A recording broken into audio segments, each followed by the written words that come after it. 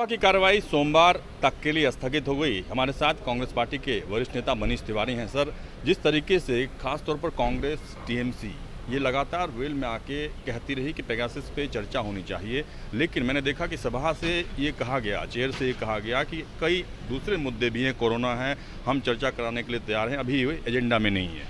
देखिए, बात सीधी है कि कई और संवेदनशील मुद्दे भी हैं, पर जब सरकार नागरिकों के संवैधानिक हकों के ऊपर, जो हक संविधान ने दिए हैं, संविधान के ऊपर कुठाराघात करती है, उसके ऊपर सीधा सीधा प्रहार करती है, तो सदन की कार्रवाई चलती रहे और वो कुठाराघात चलता रहे, वो अधिकारों का हनन चलता रहे, ये दोनों चीज़ें साथ साथ नहीं चल सकती।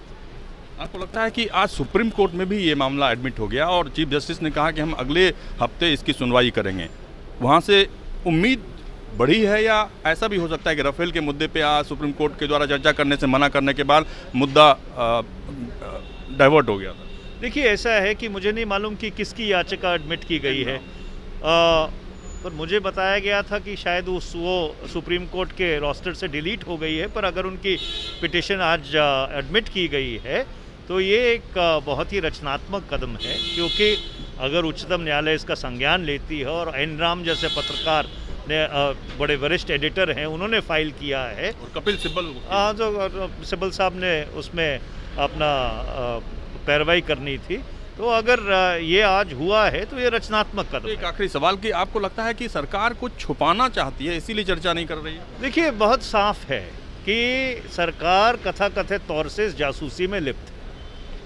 ये पेगासस की जासूसी में सरकार कथाकथित तौर पर लिप्त है। अगर सरकार पाक साफ होती तो आज तक सदन के पटल पर चर्चा हो गई होती। धन्यवाद। रमन कुमार, दिल्ली, न्यूज़ 24।